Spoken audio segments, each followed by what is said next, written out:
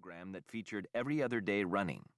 Each run would count, however, with high-intensity workouts and long endurance runs alternating throughout the build, supplemented by loads of non-impact cross-training. I knew going in that there would be days when my body would veto the plan, and when it did, I listened. For example, a 20-miler turned into a 12-miler when it became clear that forcing my way through the remaining distance would have put me in a deep hole.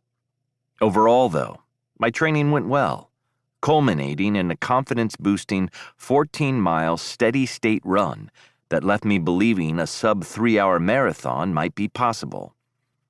The nice thing about virtual races is that you get to choose your own route.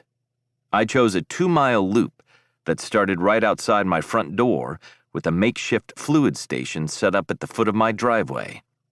Never before had I started a marathon with less certainty about what would happen.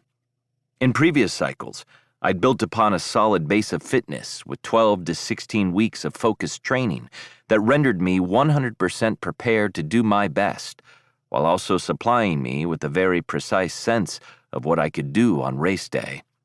At the Chicago Marathon, for example, I started out with the goal of running 6 minutes, 5 seconds per mile straight through, having deduced from key workouts that this pace represented my current limit. How accurate was my assessment? Well, I finished in 2 hours, 39 minutes, 30 seconds, which works out to an average pace of 6 minutes, 5.005 seconds per mile.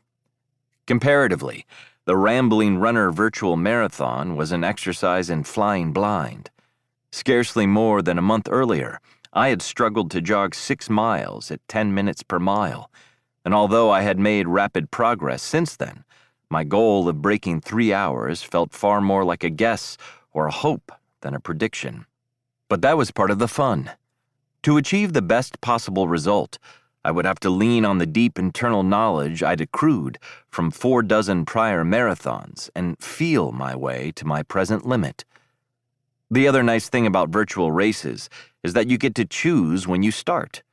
But with the high temperature of 90 degrees Fahrenheit forecasted in Oakdale, California, I elected to set out at a standard marathon gun time of 7 a.m. I was skirting the fenced perimeter of the neighborhood dog park, alive with frolicking canines observed by clustered humans, when my watch chirped. A quick wrist glance revealed a split time of 6 minutes 44 seconds for the first mile, 5 seconds ahead of target. To the uninitiated, 5 seconds sounds like a rounding error, but the experienced runner knows that if their target pace represents their true limit, running just a few ticks faster will result in a head-on collision with the wall somewhere down the road. Yet my pace felt right in a way I can't explain. I somehow knew I could keep it up, and there would be no wall.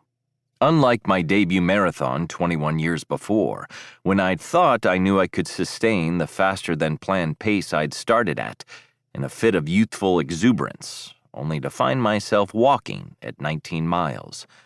But I was no longer that runner. And although I couldn't predict exactly how the next 25 miles would unfold, I'd have bet my life savings that I wouldn't walk.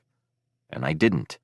To the contrary, I sped up, completing the marathon in 2 hours, 54 minutes, 52 seconds, which equates to 6 minutes, 39 seconds per mile.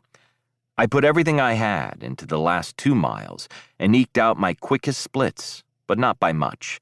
6 minutes, 29 seconds, 6 minutes, 31 seconds.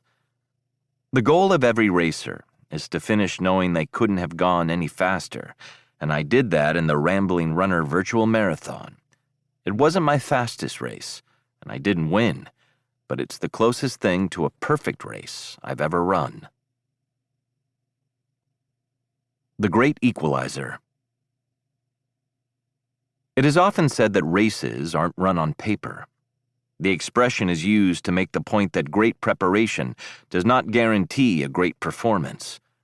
To fulfill the potential they bring to a race, runners must execute it perfectly, which isn't easy.